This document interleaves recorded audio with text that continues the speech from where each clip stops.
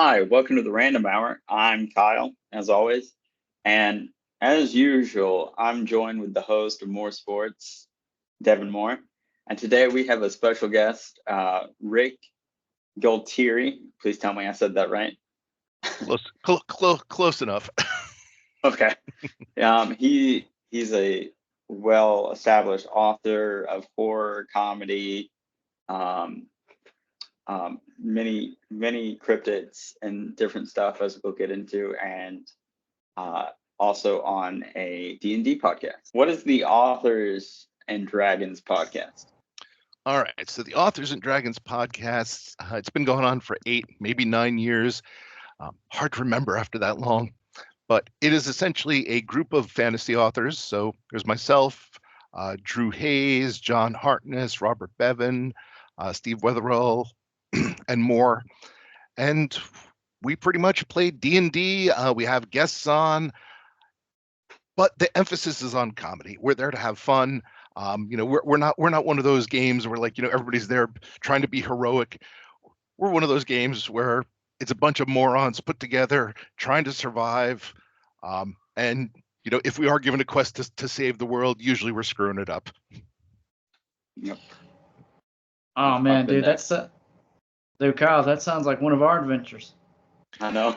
Well, that's the thing. It's like I've been playing D&D for a long time, and I remember when the very first D&D movie came out with Jeremy Irons, they tried to make it like this epic adventure with heroes and stuff, and I'm like, yeah, some people play that way, but a lot of people are just there. They're hanging out with their friends. They're goofing off. They're screwing around.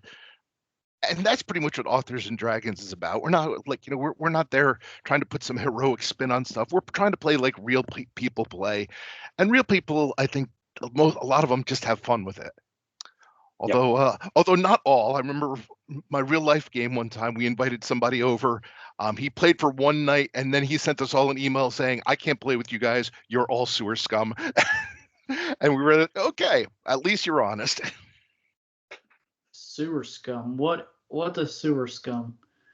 I guess because our characters weren't super heroic. I think I was trying to blackmail my guild master or something at the time. Like I said, we weren't. I guess we weren't lawful good. Okay. He was like a very straight-laced. Was he like a rule lawyer? I don't know if he was a rule lawyer, but he was definitely straight-laced. Probably one of those guys. And if anybody's listening, if you are one of those people, no offense, although it's a little weird, probably one of those people who plays the game and then puts on like a fake English accent and as they're doing it. I've played with a few people like that, and it's just the most cringe thing. It's like you just want to reach across the table and be like, knock it off. I'm thinking of a couple right now. I'm thinking about that local event I did sometimes because one guy was doing it, and I'm like, okay, bro, we're in South Georgia. It's okay if you have an accent. I think the point of D&D, one of my favorite trips is you meet in a tavern or you meet in a bar, and then boom, all of a sudden something crazy happens. Y'all are friends now. Yep. In fact, we just started a new game. The first episode went out this past week, and it's typical. You meet in a tavern, but the tavern is actually like a rundown, dirty whorehouse. And things just evolve from there. I do that sometimes. That sounds like my cup of tea. Hold up, rundown hooker house. Yeah, yes. According to the DM, we're this particular whorehouse is stationed on a rundown street called Two Tooth Hooker Alley. Of course. Yeah. Obviously. Oh, that's great. I'm about to go check that out. All right, that's got me kind of intrigued. My wife's been listening to a podcast group. Yeah, The Adventurers, another D&D on YouTube, and they do this exact same thing. They're not serious at all, and they have the same adult humor. So I'm like, huh, okay. So now I get D&D memes all the time now from her, and I'm like, huh, I don't understand this at all. I've been slowly trying to trick him into playing D&D for about 9 years now. It hasn't worked. One of my editors for my books, she's not a gamer, and like all the time, like I'll get like notes from her being like, is this a typo or does this actually make sense? Like if you game, it makes sense. If you don't, it's a typo. Okay. Let me ask you this. So, next question we got followed up is one of your books is called Bigfoot Hunter. What is your favorite crypto monster, things of folklore and things like that? Is Bigfoot like your favorite crypto monster of all time? I don't know if it's my favorite. Like, growing up, I wanted to be a paleontologist. So anything like dinosaur like is usually my favorite. Yep. Like the one in Africa with the Mokele Mbembe, that is definitely my favorite one, even though like the evidence for it is like almost non-existent. But Bigfoot is cool because there's that chance that Bigfoot might be real because the fossil record supports essentially big giant hairy apes. So who's to say if like a few maybe have survived, smart enough to stay off the radar. Oh yeah. Yeah, no, dude, where we grew up, especially in like the Blue Ridge Mountains of Georgia. Oh yeah, there's some Bigfoot enthusiasts, and you think to yourself, you're like, huh, he's out there. I'm trying to find him in South Georgia. I haven't found him yet, but he's out there. He might be digging through my trash can. Who knows? There's a couple tourist traps up in LJ for like Bigfoot expedition where you like go in, they present all these facts or evidence, and they're like, now you decide if Bigfoot's real or not. And it's like some of the most jankiest stuff. Oh And yeah. I'm like, this is fun. I probably won't come back here again, but it was an experience. Well, yeah, that's the thing. It's like the problem with that, like ghost hunting, all of that stuff is there's people out there who just jump to conclusions, and it's like I live in a house. There's weird noises all the time, but I have cats and kids. So naturally, my thoughts are not ghost. It's cats, kids, and if the cats and kids aren't in the house, it's an old house. Chances are maybe a squirrel got in. That's what I'm jumping to first. I've been out camping before. I've had a deer come rushing through like campsites, scare the crap out of us. So yeah, if you're in the woods, there's a good chance that deer, bear, cougar or so. But once that, what you have to do is you have to like get past that stuff and then look at it. You can't just jump to conclusions and be like, oh, I heard a branch snap, must be Bigfoot. No, you're in the woods, everything's snapping a branch. Yep. And I think that's what hurts it is there's too many people who will do that, who will be like, oh, here's our evidence. We're sitting in camp and a branch broke. And Yeah. I think it's fun to make believe and have that disbelief, like, oh, there could be aliens. I'm not going to rule it out. I think it's good to have that creativity and imagination. It's also important to know when the line is drawn.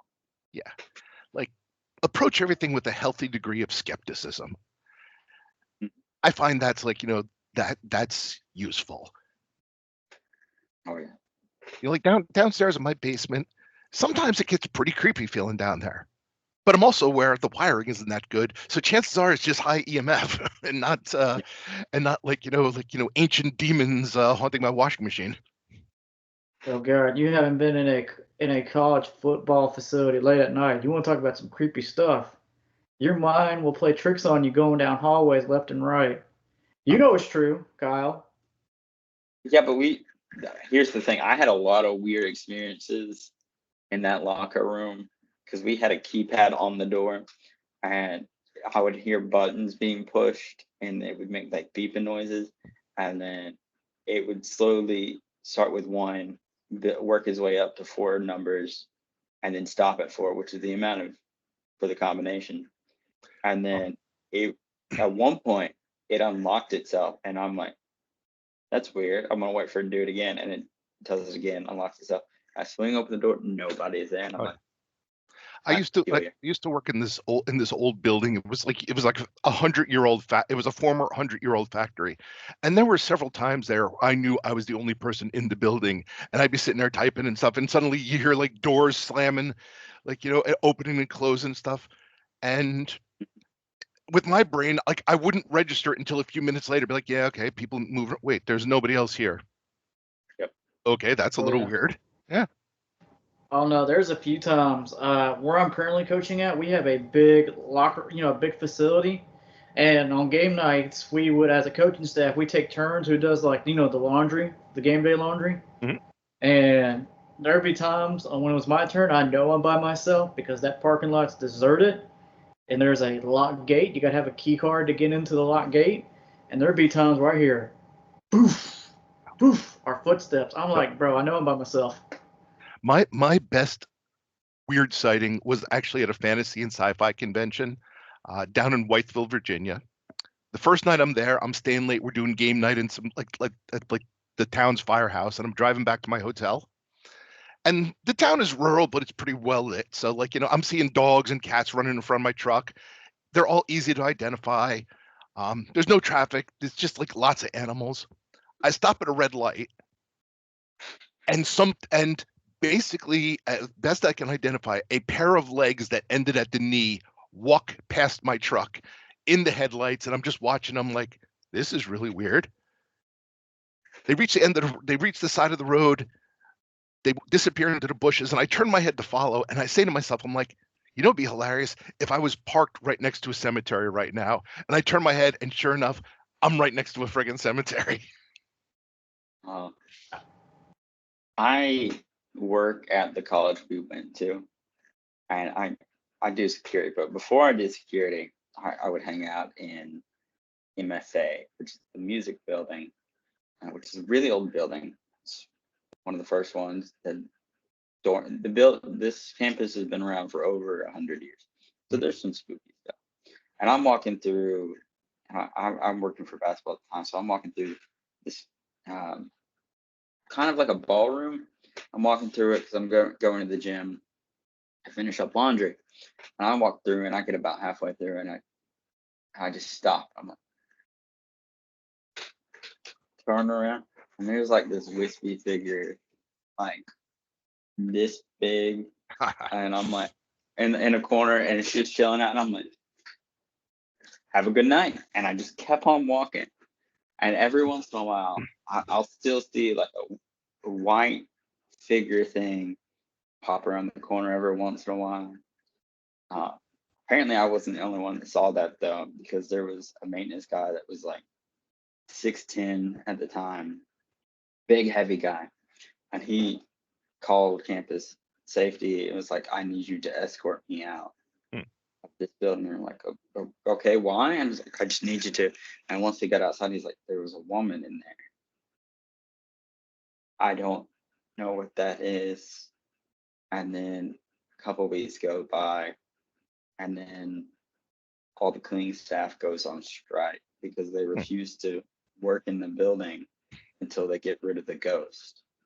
And I don't. Oh yeah, I remember that because we were trying to Yeah. ghost hunt for it when I was doing security there. Yeah, we were doing before Kyle got the security job he had. I had it as well, and we were ghost hunting for weeks in that building because we were trying to find it. We were like, "There's no way." Mhm. I had the most benign haunting of all in this old apartment I lived in. I would always see these small shadows out of the corner of my eye. Always just thought it was like, people in the parking lot and like just lights. One night I'm there, it's like nighttime, but I have all the lights on in my apartment. I'm reading. I look up and a black cat walks across my living room floor into the bathroom that had no windows, no escapes or anything. Of course, I get up. There's nothing in there. And I saw this thing clear as day. And I'm just like, okay. So I got a ghost cat. So, Yeah. Kevin, I don't think I mentioned this on the podcast, but the Bushman. Oh no, not the Bushman. Not the Bushman. No, no, no, no, no, no, no, no, no. You can have all So, that. You tell about the so Bushman. we You can moved have into that. this new house, and it's like my first night there. I'm with my dog, and my dog's been there a couple of days before I have, because I was staying with my grandmother to take care of her. And so I go out to let her out, and I'm tired. It's like 3 a.m.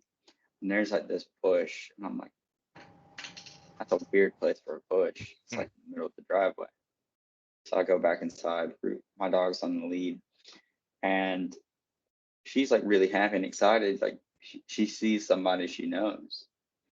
And I go back inside. I get my bow and arrow because I did archery for a while.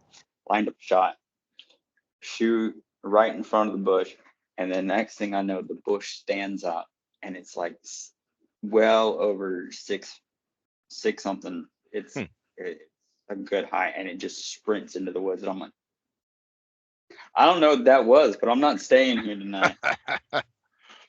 And then it would probably be a little freaky. So and then you have to wonder. It's like, okay, did I just see a monster, or is it a creep in a ghillie suit? And then you got to wonder which one would actually be scarier. And I'm like, probably the creep in a ghillie suit.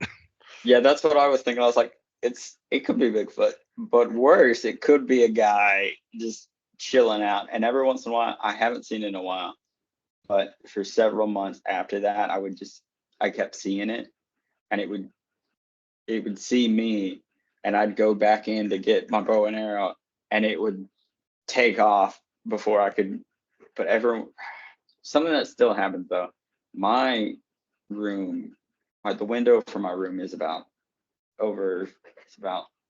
this high off the ground, about 5-6 feet. Mm-hmm. And I'll hear like knocking on it, and it will keep being persistent until I'm like, you know what? I'm gonna figure out what's doing this. Nothing's out there, nothing's close to it. I'm like, there's no tree branches near this. What's going on here? See, Rick, don't you want to come down to South Georgia? I mean, in Georgia in general, we got all the hauntings and there's monsters now. We got the Pine Barrens here in New Jersey. There's all sorts of freaky stuff going on there. Oh, speaking of that, how big is the New Jersey Devil? How big of a following is that?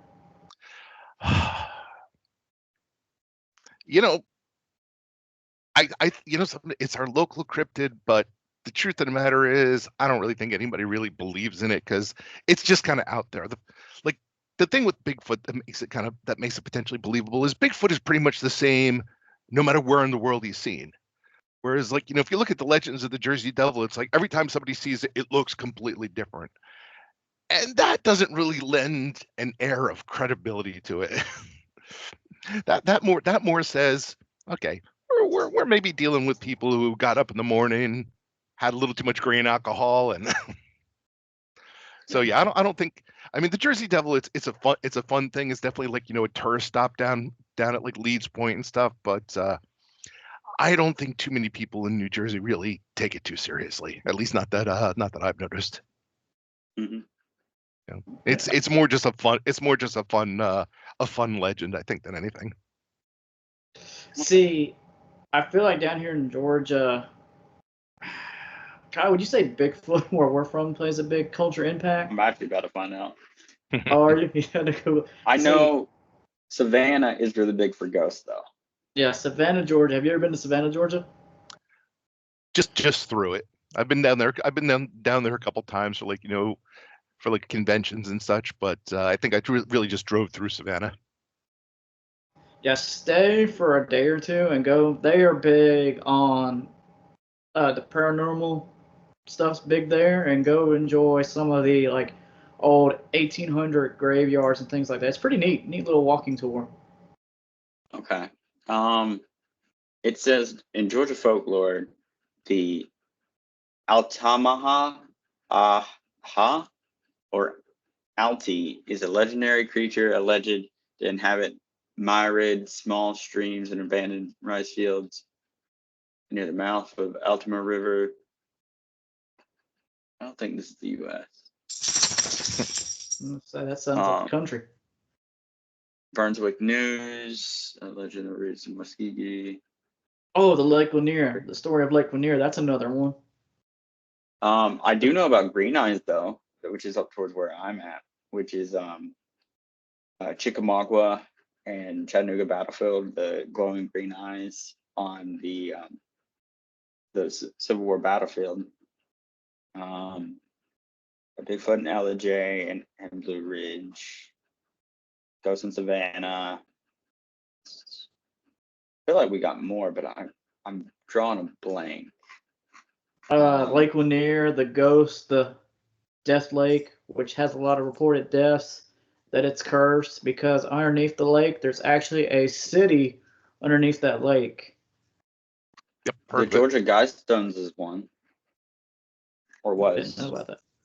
Didn't We know got about that one. Sasquatch here in New Jersey as well. We also have one that's relatively close by called the Devil Tree, where it's this tree. If you touch it, supposedly you'll a horrible fate will befall you. Oh. Yep. Apparently, we've got tree spirits of St. Simon's Island. There's the Indian Springs Healing Water, Fannin County Fair Crosses. That's in Blue Ridge. And Alti the Sea Monster is like the Loch Ness Monster, but less cool. Oh, I forgot about that one. Yeah, that one. I forgot. If you go up near Blue Ridge and things like that, he is known, but it's like a Wish version of the Loch Ness Monster. Like, man, he ain't that cool. Yeah, I think the closest thing we have here is we got Champ in like no, Lake Champlain is a bit further away. Chessie in Chesapeake Bay, which isn't too far. Okay. Couple photos, but yeah, I mean. Oh, cool. We got raptors apparently. Ooh. Raptors. What raptors? Oh. Like Jurassic Park. Oh, God. Is that what's been digging through my trash lately? It's not the raccoon? I don't know what to tell you, man. Thunderbirds, but I think we got the Georgia Swamp Thing, which is kind of like Bigfoot. There's the Pig Man of the Okefenokee Swamp. Huh. Werewolf of Talbotton. Oh, how did I forget that? Hogzilla. Oh, I Remember forgot that, about Devin? Hogzilla. Yeah, hey, Yeah, Hogzilla's not that far. That's not that far where I'm at. Dude, that My was most Hogzilla actually was recent my real, most though. recent book is actually based off of like loosely off the whole Hogzilla thing. You see it a bit behind me there. It's called Boer War, and yeah, about giant mutant hogs. Yep. Yeah, I know.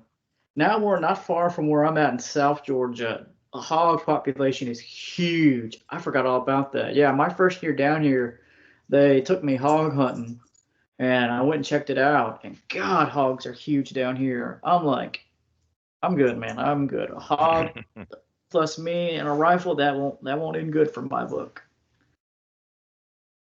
Oh man. Probably move on because we're gonna get distracted. Yeah, Down. you're gonna go down a hyper focus and you're gonna be stuck on Legends of Monsters. Yep. So what is your go-to coffee order? I'm a total wuss when it comes to that. I want something that is light, that is sweet.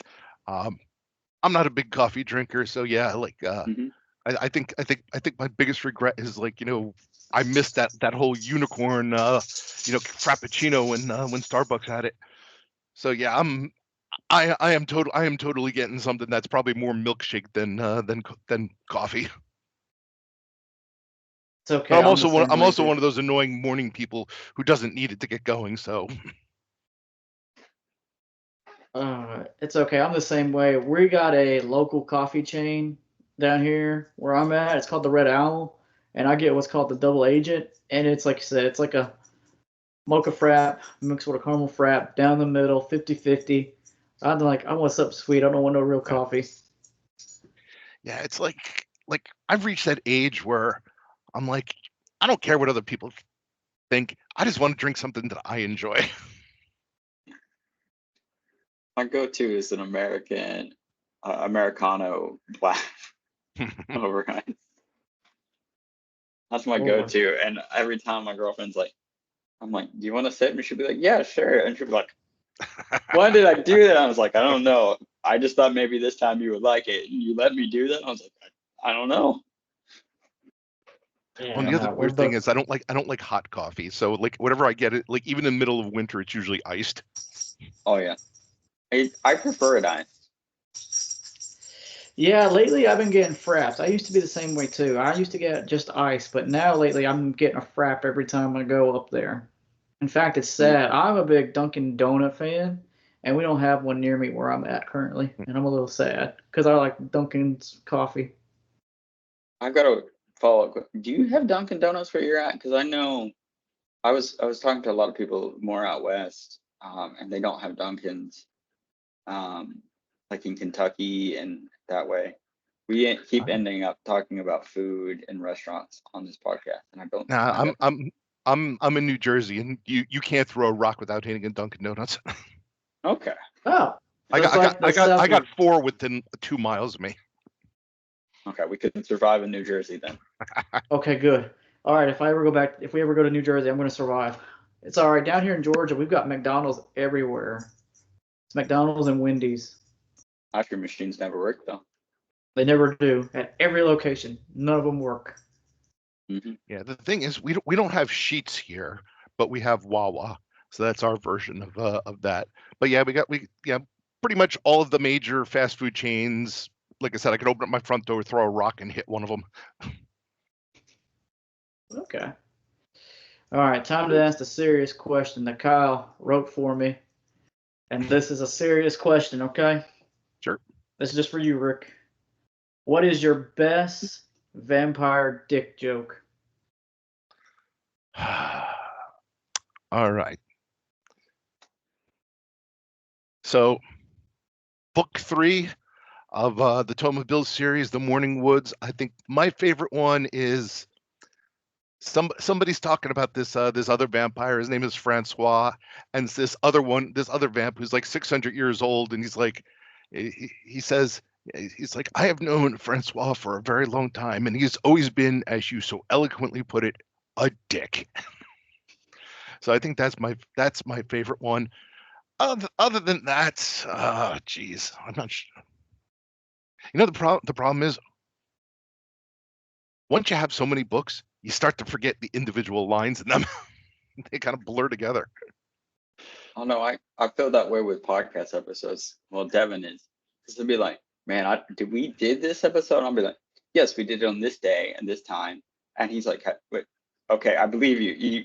You can calm down. He's like, or someone will release and be like, we did that. Like, oh yeah, dude, I'm so bad. I'm like, even for my sports show, even for stuff I did by myself, I'll get the notification that it released. I was like, huh, I thought I deleted that. Oh well, it's out.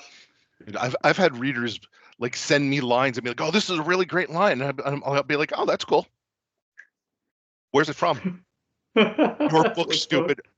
Oh, okay. Then I got to go in and be like do a quick search and be like, oh yeah, I actually did write that. And it's like that combination of like, one, it sucks to get old, but 2, at this point I have almost 50 books that I've written. I forget lines. Sometimes I forget the entire plot. I can name the episodes we do, and then I'll be like, I'll re-listen to them. And I'll be like, I don't remember saying that at all. It's funny, but I don't remember saying it. Oh yeah. Yeah, it kills me when I get notifications about older episodes getting played. I'm like, oh, I forgot we created that. Yeah. Like on Authors and Dragons, we do a movie segment as well, kind of similar to like an MSD 3K thing. And more than once, we'll have to go to like our Discord and be like, have we done this movie? Yeah, you did it 2 years ago. Okay. And it's like, yeah, we really should have written this down somewhere. Oh no, we do for our end, and it's even like I said, Spotify with podcasts will do like a calendar for you, like a list, and we still forget. I definitely forget because I'm like, oh. What I've taken to doing lately is, so whenever I'm about to write the next book in a series, I'll like read the subsequent books before it just to like refresh my mind. But as I'm going through it, I'll grab them from like the Kindle store, and as I come across good lines, I'll like highlight them so I remember them later so I can use them for marketing purposes. Because otherwise, there's books that like I'm like, I really want to market this and I should find a good line in it. And I'll go through my hard drive and be like, man, that would have been really nice if I had written that crap down. Oh man. But all right, Rick, on to our next question. And this is another serious question. What is who do you think's the better leader? Starscream or Megatron? I mean, Megatron is the better leader ultimately. Starscream's got the ego to be a leader, but Starscream doesn't have the ability to be a leader. Like, it'd be a better question if you asked who was better, Megatron or Shockwave, because then I might have an argument for Shockwave, especially in the I didn't think about comics. Shockwave. Yeah. Even Soundwave, because Soundwave's pretty competent, but whether it's comic books or cartoon, every time you see Starscream, there's that level of incompetence to him where it's like, okay, he's got a high rank, he's good at what he does, but Starscream is like a middle manager in a corporation. It's like, okay, you're good at what you do, but know your role, like, stay in your lane. So, yeah, easy question. Okay. Oh, I got a follow-up question. Have you seen the new trailer for the Transformer 1 prequel movie that's coming out this year? Yeah. And dude, what is your thoughts on that? On the one hand, it looks pretty. On the one hand, I definitely kind of want to see it. On the other, it is weird where, like, you look at it and it's like, okay, there's this weird mindset of, okay, before they destroyed their own planet and before they came to Earth and to try to destroy ours, they were buddies on a wacky adventure together, and there's that strange thing of that where it's like, okay, all right, these two buddies, they're joking, they're having fun, and it's like, and then you remember like Transformers the movie, and it's like, yeah, somehow we're gonna get from this to it's over Prime. And yeah, I thought it was a little weird. Because at first I was like, ooh, okay, but it's like you said, it was too friendly. I'm like, interesting. But I also, to me, what threw me off was the voice cast, and I'm like, I'm not feeling the voice cast right now. Not saying that Chris Hemsworth or Henry won't do a bad job, but it's like, dude, that's not Optimus Prime. Yeah, I mean, God, oh my God, my brain is like blanking. Peter Cullen is awesome, but I mean, the guy's getting older and stuff, and it's weird. One thing I noticed with him is that the more years he does Optimus Prime, the slower Optimus Prime speaks. Really? Like, if you go back and watch the original 1980s cartoon, Optimus Prime pretty much speaks like a normal guy. He's like, yeah, we got to stop Megatron, we got to do this, blah blah blah. And if you watch the more recent movies that he does, Optimus Prime speaks in this stilted voice, like, we must stop Megatron from. And I don't know if that's like him or if that's his bad direction. But I don't know. It's like, we'll always have Peter Cullen, but it's like, I'm okay with other people trying to voice. And also, I mean, technically he's not Optimus Prime yet in this. He's still Orion Pax. And I really like Chris Hemsworth, so I'm willing to give that a try. I just think more like the tone of it so far feels a little wackier than, and if anything, it's just going to turn into even a worse tragedy. It's like, hey, these guys on a wacky adventure that will lead to horrific genocide across their planet. Yeah, I agree with you, but I like the animation. I also, and Kyle's going to disagree with me here. What was your thoughts on the Michael Bay live action movies? This is a safe place. This is a safe space, so speak your mind. Me or him? Well, Rick, not you, okay. Kyle. We've already had this discussion several times. Something. You can usually tell when a direct, there's nothing worse than putting a property in the hands of a director who obviously holds the source material in contempt. And that's what I get whenever I see the Michael Bay films, is like, okay, I'm getting paid, I'm getting a big paycheck, but screw all of you Transformer fans, you all suck. I'm just gonna make the movie I want and ignore the things you love about it. That's a lot of what I get. Especially as the movie series goes on, because logically it makes less and less sense. Things just happen in the movie for no reason, and that just strikes me as just either bad filmmaking or contemptuous filmmaking. So, I mean, I'm not going to say I hate the movies, but I am going to say I'm glad his fingers are no longer on them. See, very good points, and I kind of agree with you. But at the same time, I'm like, I'm here for it, and I'm just disappointed because they were leading up to a sixth one, and then they did the soft reboot, and I'm like, oh man, I at least want to know how the story ends. But the dragon thing and the King Arthur thing was like a total left field. It's like, oh, that's a little out of left field. But now I want to know what happens. Now I don't because the just what's that the last night it was just not a good movie. I watched it and I was like this is like the logic that the film follows. As a writer, I would hate myself if I put out a book that just had that kind of spaghetti logic in it. Like I would be embarrassed to to put that out. And I understand a director is not 100% a movie. There's editors, there's studio interference, there's all sorts of things, but ultimately it's a mess. Okay. See, Kyle's agreeing when Kyle, dude, we've had several debates off screen and on podcast. Kyle's like, dude, they're a mess. I'm like, no, they're not. They're masterpieces. Devin, they're nothing but PP jokes. I like the PP jokes. And I was like, it's a bit everywhere. And I was like, you got the main human guy who changes every couple films. Mark Wahlberg, Shia LaBeouf, maybe John Cena next time. We'll see where it goes. John Cena's in the soft reboot. Okay.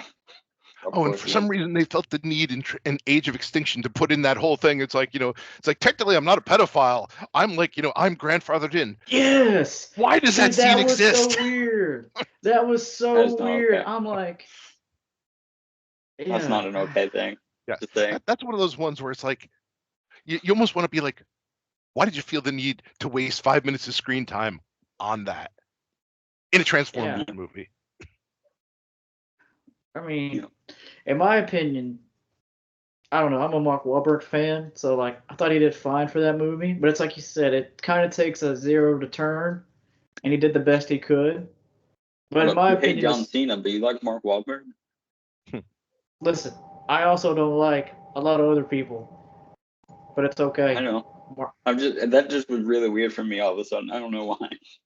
Well, John Cena was okay too. It was just, to me, I didn't realize it. I'm just disappointed because I was like, I want one more movie because I want to know the story they're trying to tell. And now we're in we're in a soft reboot, which is fine. It's more close to the source material, especially with Beast Wars. Beast Wars was good. Did you see Beast Wars yet, Rick?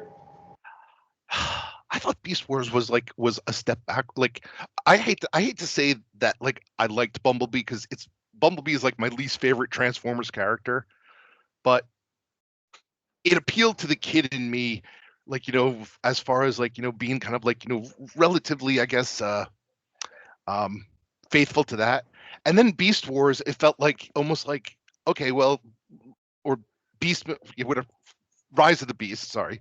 Rise of the Beast felt like almost like, the director was like, well, I'm going to do an homage to Michael Bay films, which, ultimately was just like, okay, we have another MacGuffin here. Whether it's the Matrix of Leadership, whether it's the Allspark, whether it's the whatever, they all followed the same thing of like, oh, this is the only thing that will allow us to get back to like, to Cybertron. Oh, we destroyed it. I guess we'll never get back, but that's okay because we learned to love Earth. It's the same thing in at least 3, maybe 4 of the friggin' movies. Come up with a new plot. That's fair. Can you tell you're touching on a sore spot here? I mean, you see Starscream in the background there. Man, you raise all fair points, which I liked. I like how they're trying to introduce the G.I. Joes with it, so I'm curious to see that interesting crossover. But it's like you said, I hope they don't do a Michael Bay homage kind of film, something, original. But I like where they're heading, personally. All right, I got one last Transformer question. Okay, last one. It's okay. You're in a safe space, and I'll admit to this on live podcast. Hit me with it. I don't know if I'm in a safe space. Kyle's not in a safe space. It's okay. When you watch the original Transformer movie, did you cry when Optimus Prime died? It's okay. I did. My first time watching it. No, because somebody had spoiled it for me ahead of time. Oh. So I knew it was coming, and it was just. I mean, it was sad, but it was also, I don't know. I'm one of those people that like, I overanalyze it. So on the one hand, I watch it and I'm like, all right, if Wheeljack hadn't gotten blown up, he would have fixed Optimus Prime in about 5 minutes. 2, they should have kicked the crap out of Hot Rod for like, for pretty much jumping into a fight that wasn't his. And yeah, I mean, it was sad to like, to see Optimus Prime, but like also at that point, like I didn't see the movie in the theater. So by the time I saw it, I kind of like, I think we were like maybe like a month away from the return of Optimus Prime. So it also didn't hit very hard knowing that that he was coming back. Okay. Well, that's all my Transformer question. That's the end of the Transformer segment. Kyle, take it away. Okay, so Midnight's Daughter, you said on TikTok, is a YA love letter to anime. So, us being nerds, obviously, what are some of your favorite anime and mangas? Okay. So something like it's weird because there's a lot that have come out recently that have been really freaking good. I mean, I just finished the first season of Solo Leveling. It's really good. Kaiju number 8 so far is freaking hilarious. But if we go back a couple of years, my wife and I really enjoyed watching Inuyasha together, and I think that's I've always been a huge a big Dragon Ball Z, Dragon Ball Super fan. Maybe a little less so with GT. You don't like GT? Yeah. It's okay. We hate GT too. The only good thing that came out of Dragon Ball GT was Super Saiyan 4, in my opinion. That's it. And I didn't like it because it felt like it was okay. This is our new superpowered level, which wasn't all that. It didn't feel all that superpowered. But yeah, I mean, GT, it is what it is. There's some cool characters come out of it. There's some cool forms, but I do think Super is a much better continuation. Let's see what else. I mean, growing up as a kid, we had like Star Blazers, which was awesome as crap. We had Voltron, Battle of the Planets. Yeah, I'd say like lately some of the stuff that's been coming out this last year or two, there's been some really good stories involved. Oh yeah. But Midnight's Daughter, I was Go gonna say Midnight's Daughter probably takes its most cues, I would say, from Inuyasha. Okay. So I know I recently caught up on the manga for Kaiju number 8, and I was like, this is really good. Next time I see Devin, I'm gonna have to lend him this because this had me laughing. It had me really invested in these characters. It's kind of stupid, and I'm kind of here for it. Well, yeah, it's I don't mind stupid as long as I know what I'm like. Chainsaw Man is stupid, but it's funny as crap. Yes. Yes. It's funny, it's gory, it's bloody. It is pretty much everything I want in an anime. Dude, I love Chainsaw Man. Like Kyle loaned me the rest of his volumes. I'm up to date right now. I need to get volume 12 and 13 and 14, but dude, it is so good. Yes, a fellow Chainsaw fan. Let's go. Also, what do you think do you think Power reminds you of Eric Cartman from South Park? Definitely not the way she looks. Well, the way she acts, yeah, definitely. The way she acts, I never actually thought about it. Now I'm gonna have to check it out again and see. It's quite possible. Yeah. Now that I think about it, yeah, possible. At least that I never made the connection before. There you go. But I like characters like that like exist on essentially a different morality level, as in have none, to the other characters. Oh yeah. Where essentially the other characters essentially just kind of like act half the time as, okay, we got to rein this person in, otherwise we're all going to end up either in jail or worse. Yeah, and Power's like, I'm gonna take a nap. Let's go take a nap. Or like she kills somebody kills some monster right beside her, and she's like, yeah, I did it. I'm cool. Yeah, I did it. Yeah. And it's like, no, you didn't. Yeah, I did. Power, come on, bro. You didn't do that. Yes, I did. I'm the greatest of all time. Guys, you see that? Give me your money. Okay, Power. Dude, Misaka. Oh man. So Chainsaw Man, I'm more of an anime watcher. So when the anime came out, I dived into it. And then Kyle's the opposite. He's more of a manga reader, so he loaned me his mangas. Boy, Misaka. God, I knew not to trust her after the first season, but boy, because the season. Have you watched the anime yet? definitely. In fact, yeah, I'm more like you. I'm more of an anime watcher. Like, manga, I come and go on. And I think part of my problem with manga is that a lot of the long ones I've written, there's just so much filler material, Mhm. and that annoys the crap out of me. And I like somehow, and I like that when the anime, they kind of just condense that. And it's like, okay, let's skip this whole arc because nothing happens.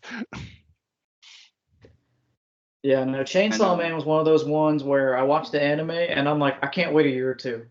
I gotta know what happens.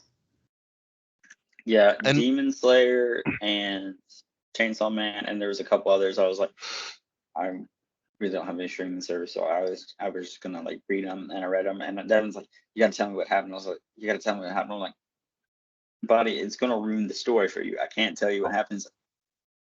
Can you my tell me if oldest, it's gonna my be in? daughter, she does that. She's like equally anime and manga, and she loves just coming out and, like, she can't, like, keep a secret to save her life. So, like, what was it? We were watching, like, the just most recent season of Jujutsu Kaisen, and, like, she comes out and she's like just smirking, like, oh, that character, like, it's like, okay, you can just say it because I can see it in your face. You're already spoiling it. Just tell me what the frig happens. Oh man, no, we're big anime fans here. Chainsaw Man's one of the big ones I'm into. But we kind of grew up in that Tanami block, and it's funny because like I'm a teacher and coach, and like the kids are shocked when I'm sitting in class on my computer. Like they're like, "Coach, you watch anime?" I'm like, "Yeah." What do you think? What do you think I do in the off season on this computer? Football. I mean, I do, but I mean in the off season I only got like a block. I get like all my football stuff done in like one block. I'm watching Chainsaw Man, baby. And dude, the kids love it. I think the big difference is that my wife and my oldest, they get really invested in characters. So when some characters die and stuff, they get like really upset. Whereas I'm more go with the flow thing. Uh, and like, I understand that narratively, sometimes you gotta, like, you gotta kill your favorites. Uh, Yep. What were we? One What Piece character is were we? one that I Yeah. was like, I'm typically go with the flow until it got to One Piece, and I was like, and then a boat died, and I was like, I was crying, and I was like, why am I so emotional? yeah, Why Oh am I yeah. so sad? I have never gotten more than like a couple chapters into One Piece, just because it is so, like, every time I look at One Piece, I'm like, I want to enjoy this, not get married to it. Yep. Right. There was I picked it up and I dropped it for like a good couple of years, like almost as long as me and Devin have been friends. And I got back into it, and then I'd pick it up and I'd get bored of it and come back to it. And eventually I got to the point where it drew me in and kind of like got hooks in me because I was like, it got me emotionally invested in a lot of the characters. And then some of the characters would die, and I'm like, my heart is breaking. It's so sad. And then I'd be like, don't disrespect this character. Oh no, poor little buddy. One of like those situations. like I guess there's like a limit to like how many seasons of something, or how many, like, volumes of something I can watch before my brain starts to check out. Mhm. Like I remember like watching Black Clover, and I was like, all right, this is like, and I know they didn't finish that as far as like anime goes, but I was like, this is a decent, like, thing. There was enough there, enough meat. Um, but when something goes on and on and on, like I remember, was that the show Supernatural. I made Oh it to like yeah, maybe I love I made Supernatural. it to like season 10, and then I think about that point was where I was just like, okay, I've had enough. And I do the same thing with book series. Like, there's a couple book series I'll read up to, maybe like like volume 15, and at that point it's like, okay, if the story's not over, my, that's like, no matter how much I love it, my brain just says, okay, I need a break. I've got a couple books that I've been working on for 4 years now, and it's infuriating my girlfriend. She's like, I love this book. Why have you not finished? And I was like, I'll get to it. Yeah. And it's been a while. I'm trying to think. Yeah, my wife's the opposite. She's a big book reader. It's funny. She would actually love your books. She's been big into that. Like Twilight's her biggest thing. And we actually, when we reviewed, uh, Shiny Disco Vampire, Twilight on our movie popcorn buckets, she was all in for it. And she's like, "Can y'all watch them again? I want my take on them." And we're like, "No." We weren't in the same room, but I imagine it would go on something like that. We're like, no, bro, no. I understand that.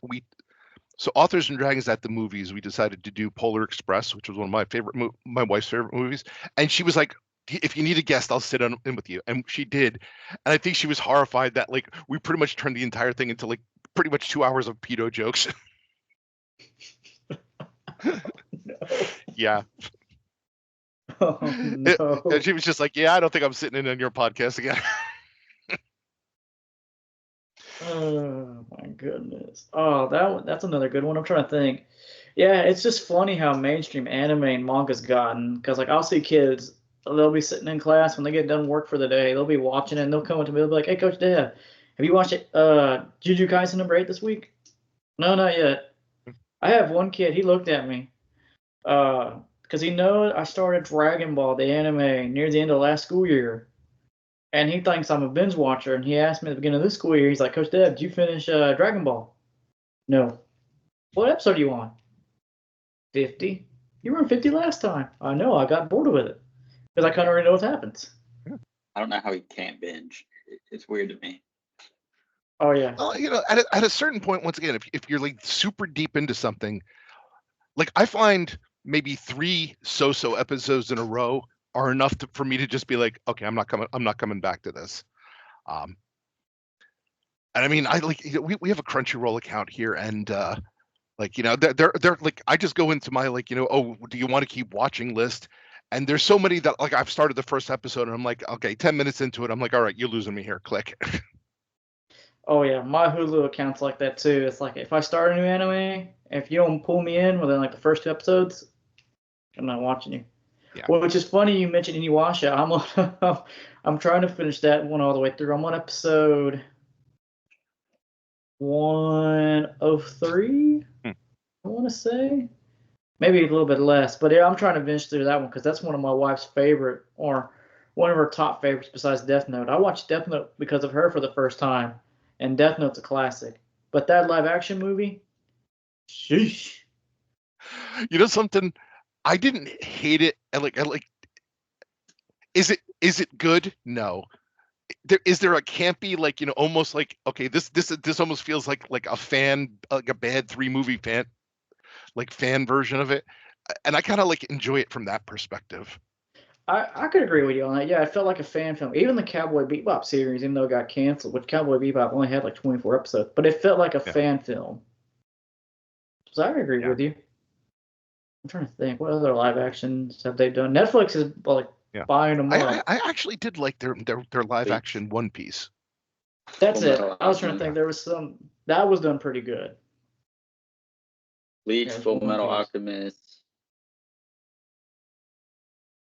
There's a live action Zom 100 movie, which I think goes up to like episode 5 of like of the anime or whatever, which is, it lacks the charm of the anime, but it's watchable. Okay. I'm trying to think. Yeah. Well, I heard that Lionsgate has the rights to a live action Naruto, and I'm a big Naruto fan, so I'm like, ooh. Oh, how's Lionsgate gonna mess this up? Like I watched the live action what's it Space Battleship Yamato. Wasn't very good. Pretty much all the good beats from the like, it felt like, the original story, it seems that they skipped over. I wouldn't mind seeing the live action Attack on Titan film. Although that's one that I did have to drop like maybe like 2 episodes before the finale, because I was just like, okay, this just feels like an exercise in depression at this point. Never finished. I'm on season 2. I'm on season 2 right now. I'm like, I'll get to I it. guarantee season 3 will lose you, because season 3, no spoilers, but it becomes less. It feels like less monsters and more politics. Okay. Yeah. Yeah, Yeah. that's the TikTok memes or the TikTok anime community started making. I remember they made jokes about it. You know how those content creators are. They poke fun at them. I'm like, huh. All right, must be true.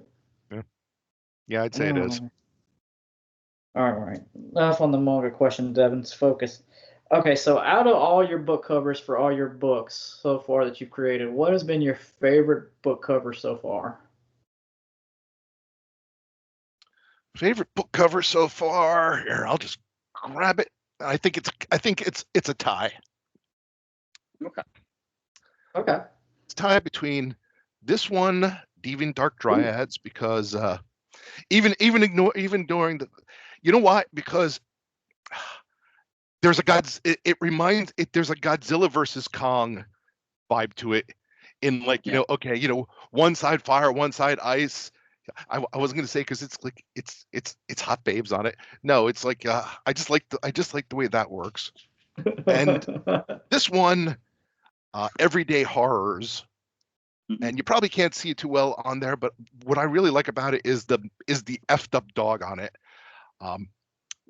because you really kind of have to look in close to see how messed up that dog is. Like, I have so many people who'd be like, yeah, I saw that cover, it was cool, and then I looked in closer and I was like, what the frig did you do to that thing? And that's why I like it, because that character, his name is Glenn, and he's basically this sentient blob of that's just full of eyeball. It's basically, he's like a blob monster covered in eyeballs. And in order to get around and not be and quote unquote incognito, he ends up like, like essentially like oozing into the bodies of dead animals like a dog, except he's terrible at it. So basically he inhabits the body of this dead Irish setter, and the Irish setter, its eyeballs are like bugging out. It's like moving all janky, like it's obviously a corpse, and he thinks it's the best disguise, and everybody else is looking at him going, this is the most horrifying thing I've ever seen. Please don't do it again. So I think those are my favorite covers. Okay. You write a lot about paranormal, fantasy, horror, stuff like Sasquatch, vampires, werewolves, blobs that take over dogs' bodies. What is a spooky experience that you've had that you can't completely explain? I know you talked about it a little bit before. Well, most of my spooky experiences have not really been super spooky. They've just been more cool. Like the legs walking in front of my thing, the goat, like, I had that ghost cat. Those were cool experiences. The funny thing is, the scariest thing I can think of with regards to that was completely mundane, in that I was watching horror movies one night. I had to go into my basement and change the laundry. It's dark down there, even with the lights on. I go down, and like the trope of the spring-loaded cat, I didn't realize one of my cats was on a high shelf and just jumped down in front of me. And man, I screamed like a 13-year-old girl. I just freaked the frig out. And then it was like, you freaking cat. Yeah, I'd say most of the paranormal experiences I've had the pleasure of experiencing, and I've been lucky that they've been more cool than weird, or than terrifying. Like back when I was in college, we were in the dorms during the summer, and most of the dorms were mostly empty, and a bunch of us gathered outside this room that we knew was empty. The RA was there with the key, and we're listening as furniture is moving in this room. And the RA, after a while, opened the door, unlocked it, and the room was completely empty. Nothing was moved. So that, like I said, it was more cool than terrifying. And I think part of it is that, for me, and I preface this by saying that when you're in actual danger, obviously that sucks. Like if I ever had a Bigfoot sighting and that culminates in Bigfoot tearing my arms off, yeah, that would not be cool. But for me, it's always the anticipation is a lot scarier than the event itself.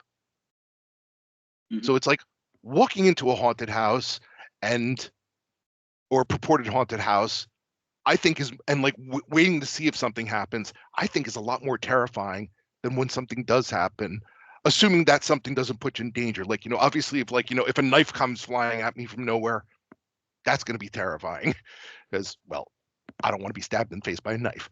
But if it's just like, I walk past something and a door slams shut, in the moment, that's more like, I don't know. It's like my brain switches gears there. The anticipation is scarier for me than usually the actual event.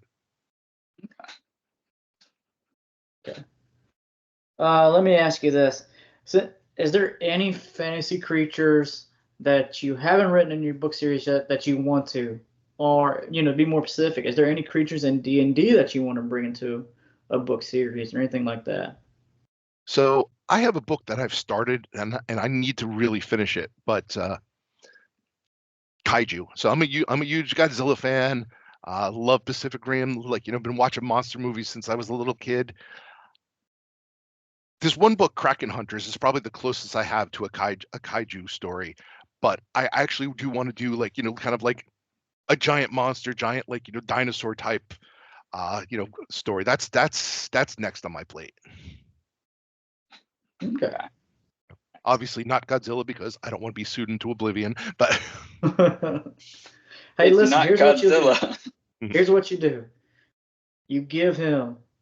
You just make him really southern as possible. Just give him a giant cowboy hat, some boots, and a mustache. It'll work. I don't know where he was going with this. That's how he won't get sued. He'll call him. Oh my God, 100-foot Texan. That'll work. Oh God. He just reminded me. So we reviewed a movie on our show, Popcorn Buckets, where it was the attack of was it 50-foot woman, Kyle, or 50-foot cheerleader? I think it was 1993's version of the 50-foot woman. And it was so bad. So bad. Yeah, I think I've seen that remake, and yeah, it's pretty awful. It is. But Pacific Rim, God, you was up in a quarter. It's funny, in my Hulu account for like the past week, I've had both both Pacific Rim movies in my like Q&A to watch because I'm like, I never did watch the second one, but Pacific Rim. Yeah, something. You're okay not watching the second one. Really? Yeah. Okay. I don't know, but you know what I am excited. This is another weird one, but I kind of want to see it in live action. Is the Mobile Suit Gundam? What's your thoughts on Mobile Suit Gundam? Since you said Pacific Rim. I've watched a couple of them, but I don't know. It's like it's always been hard for me to get into because there's so many like different different like entry points there. In theory, I think it's a cool concept, but it's weird. It's like outside of Pacific Rim and a few, I think it was like I forget which Gundam it was that I did get into, but usually I'm more into the robots being sentient than the robots being piloted by people. Okay. No, I always think that I'm with you on that one. There was one day I was watching Mobile Suit Gundam Wing or Mobile Suit Gundam W, and I got curious about the timeline. And dude, you're right. It's like even when the series first came out, it's not even when it came out in the 70s. It's not even like the start of the war. It's like in the middle, and then like they created an Origins, which I agree with you. The timeline is like, oof. And if you go back even further, it feels like Robotech did the same thing, where it was always just felt like, this is really confusing. I don't know what the hell's going on here. Robotech, that's another one I kind of want to dive back into because you're right. It did get. I know, like when it first came out, you're like, okay, it's pretty standard. But then I think they made 2 spin-off series or 1 spin-off series where you're like, whoa, that's another one I've been thinking about lately. Yeah, it's like one something like the timeline. Like I remember when like the first Kingdom Hearts game came out, I really liked that. But it's like then if you look at like the Kingdom Hearts continuity, it's like this giant spaghetti strand of like mess, and it's like I'm not sure I can wrap my brain around this to play it anymore. Yeah, no, it's insane. Yeah, it's scattered because like you gotta play like all of them, like the Nintendo DS games, not the main 3. Yeah. And another crazy one, which my wife for Christmas this year bought me the Metal Gear Solid collection. boy, that timeline's messed up because like the third one is technically the first one, and you gotta play the classic one from the 80s in between. Like their timeline's also weird, but it's like, yeah, no. Yeah. I'm just gonna play them and release year date. Figure out story later. Yeah, if I needed like a perp board with like, with like to like figure out to follow the plot of something, then at that point I'm just like, it's easier for me to just move on to something else. No, I just play them. I just play them by release date or the chronological order they came out. So like right now, I beat when my wife got it for me. I stayed up all night beating the original Metal Gear, and then Metal Gear 2: Snake Revenge. Boy, I pulled an all-nighter there. I was up till 4 in the morning trying to beat those, but I did it. So right now I'm on Metal Gear Solid. I'm near the end. I'm like you. My brain got burnt out. I got to put it down. Oh man. I think on the next question. Sorry about that. No, that'd be me. What advice would you give to an aspiring writer that you know now that you wish you knew when you started? Well, the number one advice I give to writers starting out is finish your damn book. Because you know something? No matter what happens, the only guarantee in life is that nobody's ever going to read a book that's never finished. And I've known too many authors who've been like, yeah, I've been editing this book for the last 6 years. Finish the damn things, then you can go back and edit that. As far as things I know now that I didn't know then, when I first started out, I didn't know what the hell I was doing. So, my first cover was homemade. My editing was non-existent. And like, that's one of those things, if you could send me back in time, I'd like smack the crap out of myself. Be like, this is garbage. So those are probably the 3 bits of advice. Get your book edited, get a professional cover, but finish your damn book. Okay. Now let me ask you this. Where can the listeners at home find you and things like that, or any other stuff that you want to plug in that you're personally working on, or just came out? Well, I mean, like one thing I try to do is be consistent. No matter where I am on social media, my books, I'm Rick Gualtieri. And if assuming you can spell it, otherwise I tell people Google Bill the Vampire, you'll eventually find me.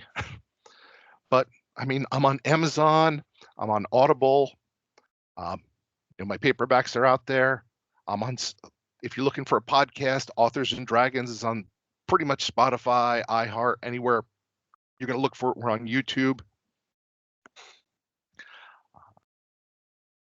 I mean, really, I think the only difficulty for finding me is just nobody can spell my damn name.